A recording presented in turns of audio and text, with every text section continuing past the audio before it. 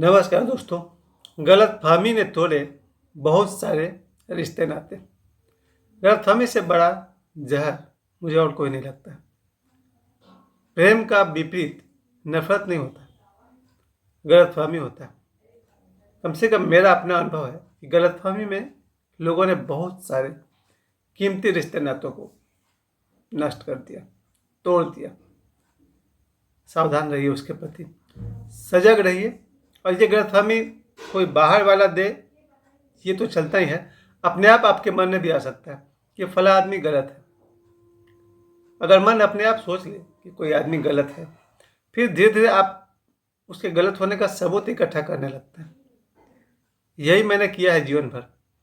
मुझे गलतफहमी दो तरह से होता था। एक गलतफहमी तो ये होता था कि फला आदमी बहुत अच्छा है और मेरे लिए बड़ा अच्छा है। वर्षों बाद पता चला कि ये भी गलतफहमी थी। वो आदमी न तो अच्छा है और न मेरे लिए अच्छा है। बाद में सच्चाई सामने आती गई और पता चला कि वो आदमी गलत है और मेरे लिए भी गलत है। लेकिन तब तक वर्षों बीत जाते हैं। छोटी सी ज़िंदगी मिलती है हम लोग को 100 साल की, और 100 साल की ज़िंदगी में से 70-80 तो जीने को मिलता है। उसमें भी 10-20 साल निकल जाते हैं गलतफहमियाँ पालने में। और गलतफहमी का नुकसान बहुत है। जीवन में हर दिन हमें दोस्त कमाने चाहिए, और गलतफहमी क्या करता है? दोस्त को गंवाने का काम करता है। बहुत खुशनसीब है वो आदमी जो रिश्ते नाते दोस्ती कमाता है। वो खुशनसीब मैं भी रहा हूँ। मुझे याद है कि मेरे जीवन में 30-35 से ज़्यादा ऐसे रिश्तेदार हैं जो मुझे हीरा से भी कीमती मिले, पर गलतफहमी में एक एक करके सबसे मैं मिसबिहेव करता गया, दुर्व्यवहार करता गया, छोड़ता चला गया, मोबाइल के नंबर से ब्लॉक कर दिया, कितनों को डिलीट कर दिया। और मुझे लगता था कि वो आदमी गलत है, लेकिन धीरे धीरे बहुत बाद में पता चला कि मेरी गलतफहमी थी। कैसे होता है, कहाँ से आ जाता है ये गलतफहमी? सबसे ज़्यादा इसका फर्क पड़ता है दोस्ती पर, क्योंकि दोस्ती का रिश्ता खून का रिश्ता है नहीं, वो विश्वास का रिश्ता है, प्रेम का रिश्ता है। और जीवन में मुझे लगता है कि एक भी दोस्त खो देना कोई शुभ लक्षण नहीं है। मैं तो कहता हूँ जब मैं बच्चा था, यानी मेरे बचपन में अगर मेरे 10 दोस्त थे तो जवानी में 20 होने चाहिए, बुढ़ापे में 40 होने चाहिए। हुए भी। बचपन में मेरे मुश्किल से 50-100 दोस्त थे, जवानी में 200-400 हुए, और आज 52 साल की उम्र में मेरे 5000 से अधिक दोस्त हैं। उन सबको बहुत बहुत प्यार कोशिश करूँगा। गलतफहमी जब दिल में आए, दिमाग में, गलतफहमी दिल में नहीं आता है, दिमाग में आता है। सबसे आसान इलाज है कि उससे बात करो। वही मैं नहीं करता हूँ। मुझसे कोई कह दे कि फला आदमी ने तुम्हारे बारे में ऐसा कहा, और मैं ठहरा कान का कच्चा आदमी, मान लिया। और मेरे आसपास दर्जनों आदमी हैं जिनका धंधा ही है किसी की बुराई करना। और जो व्यक्ति किसी की बुराई कर रहा है वो जीवन में कभी किसी का प्यार नहीं पा सकता है, और ऐसे लोगों की भीड़ है। मेरी ज़िंदगी में दर्जनों आदमी ऐसे हैं जिनका सुबह से रात तक एक ही धंधा है, दूसरे की शिकायत बताना। फला आदमी बुरा है, फला आदमी बुरा है, वो तुम्हारे बारे में ये बोला, वो तुम्हारे बारे में ऐसा किया। वो उनका कुल धंधा ही यही है कि समाज में कोई किसी का मित्र बनकर नहीं रहे, दुश्मन बन के रहे। उन लोगों को पहचानने में सावधान हो जाइए, सतर्क हो जाइए। जो आदमी आपके कान भर रहा है, अब धीरे धीरे अगर आपने उसका विश्वास कर लिया, कोई आदमी मेरे सामने आए, मेरे घर पर आए, और तब तक कोई आपको फ़ोन कर दे कि फला आदमी चोर है, उस पर ध्यान रखिएगा। अब वो बेचारा अगर ओशो की फ़ोटो की तरफ दिखेगा तो मुझे लगेगा देखो ये शायद कुछ चोरी करना चाहता है। सच्चाई ये नहीं है, सिर्फ गलतफहमी है।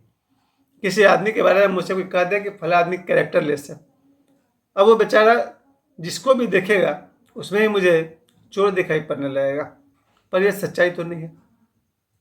और ऐसे लोग जो दूसरे के जीवन में विष घोलते हैं, जहर घोलते हैं, उन्हें पहचानिए और गुड बाय करिए। अभी कुछ दिन से मुझे गलतफहमी ही चल रहा था दिमाग में कि फला आदमी गलत है, लेकिन जब मुझे मौका मिला मैंने बात किया, फेस टू फेस बात किया, फ़ोन पर भी नहीं। क्या ये सच है? और सच्चाई सामने आई कि मैं गलत था।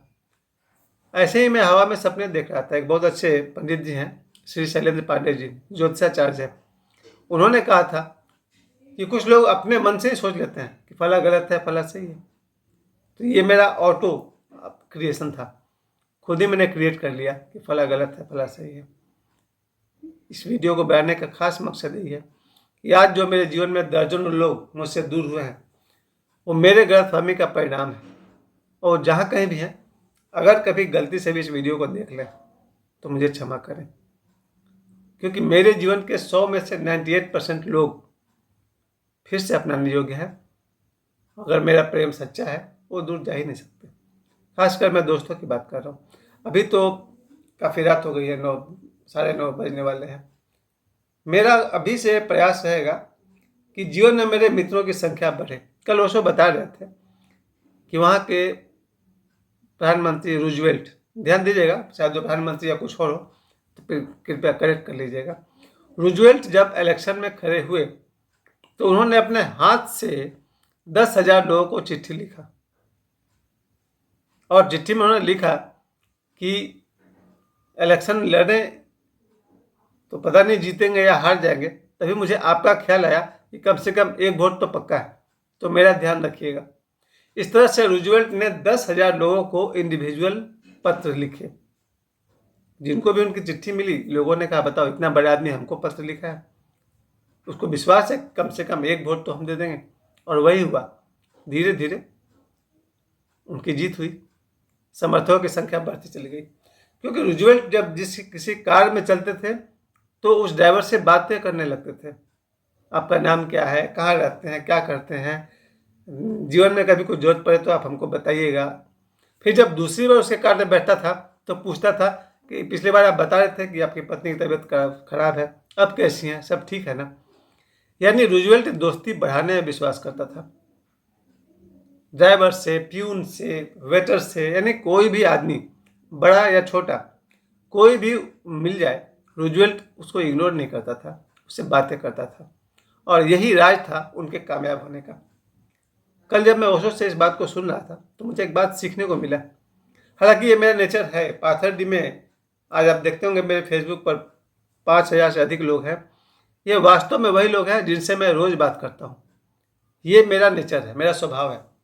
बचपन से मेरे सामने से कोई आदमी पार हो जाए तो लगभग मैं कुछ ना कुछ बात उससे ज़रूर करता हूँ, इग्नोर नहीं करता हूँ। क्योंकि हम लोग पाथरडी से छोटे जगह में रहते हैं, एक मोहल्ले में रहना है, एक एरिया में रहना है, रोज़ का आना जाना है, फिर क्या मुंह लटका के नर झुका के पार हो जाना। तो मेरे पाथरडी में सचमुच 5,000 लोगों से सीधे बातचीत होती है। जब मैं अपने घर से निकलता हूँ, मेरी बेटी भी कहती है कि प्रणाम सर, लोग आपको करते रहते हैं। मैं भी उनसे ज़रूर कोई ना कोई नमस्ते, जो ओशो से मैंने सीखा, हाथ जोड़ करके नमस्ते करना। पाथरडी में सुबह से लेकर रात तक 50-100 लोगों को तो मैं हाथ जोड़कर नमस्ते करता ही करता हूँ। और शायद मैंने अपने सिवा ऐसा कोई आदमी नहीं देखा है जो सबको नमस्ते करता फिरे। और मैं नमस्ते इसलिए भी कर रहा हूँ क्योंकि मैं उन्हें पिछले 50 साल से देख रहा हूँ, किसी को 20 साल से, किसी को 40 साल से। जीवन में मित्रों की संख्या बढ़नी चाहिए, आज से और बढ़ेगी। कल से भी यही मेरा मिशन है कि जब तक दुनिया में रहूं, मित्रों की संख्या मेरी बढ़ती जाए, और जिन मित्रों को मैंने खोया है उन मित्रों को धीरे धीरे फिर से वापस अपने दिल के बगिया में बुला लूँ, और ज़रूर बुलाऊंगा। और आप सभी से भी कहना चाहता हूँ, अकेला जीना भी कोई जीना है। अगर धन संपत्ति खूब हो जाए और कोई मित्र ना हो, नहीं, जीवन का वो मज़ा है ही नहीं। और बिल्कुल गरीबी आ जाए और जीवन में मित्र हो तो एक तरह की अमीरी आ ही जाती है। मित्रों की संख्या बढ़ते जाए, यही मेरा उद्देश्य है। और सिर्फ मेरा ही नहीं, मैं कल से भी जो लोग भी मुझसे कनेक्ट हुआ, खासकर देखिए जब फेसबुक में कोई कमेंट्स करता है, अगर आप उसको प्रत्युत्तर में धन्यवाद लिखते हैं, उसे अच्छा लगता है कि अगर उसने अपना कीमती समय मुझे दिया है तो मेरा भी कर्तव्य है कि हम भी उनको धन्यवाद तो कम से कम लिख दें। तो फेसबुक हो या यूट्यूब हो या मेरा रियल लाइफ हो, मेरे मित्रों की संख्या रोज रोज बढ़ती जाए, यही मेरा प्रयास है। जीवन में मैं मित्रों का धनी होना चाहता हूँ, ढेर सारे मित्र मेरे हों। और मैं फिर से बता दूँ कि मित्रता का सबसे बड़ा शत्रु गलतफहमी है। गलतफहमी ने बहुत सारे दोस्ती को तोड़े हैं। गलतफहमी को क्लियर करने का 2 उपाय है।